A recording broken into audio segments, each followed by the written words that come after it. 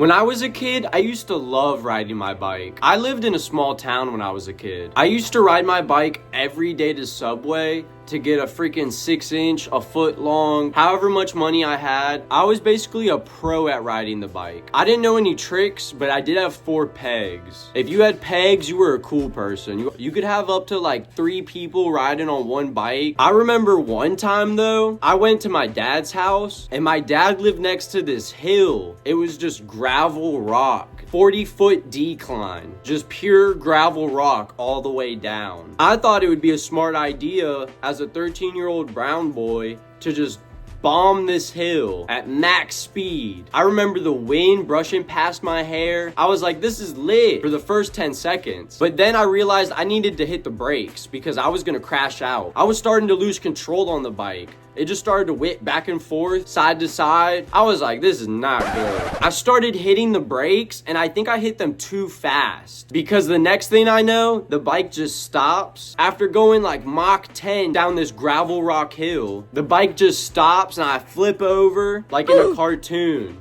And then that's the last thing I remembered. I just blacked out. And then my cousins were watching this all happen. They told me that I was crying and screaming. And I believe it, but I don't remember any of it because I blacked out. The next thing I remember though, I just opened my eyes and I remember my dad telling me that he thinks I have a concussion. Listen, I'm not a doctor, but if that's a concussion, that shit sucked. I was laying on the couch for like the whole rest of the day, just freaking writhing in pain. That was not a fun experience.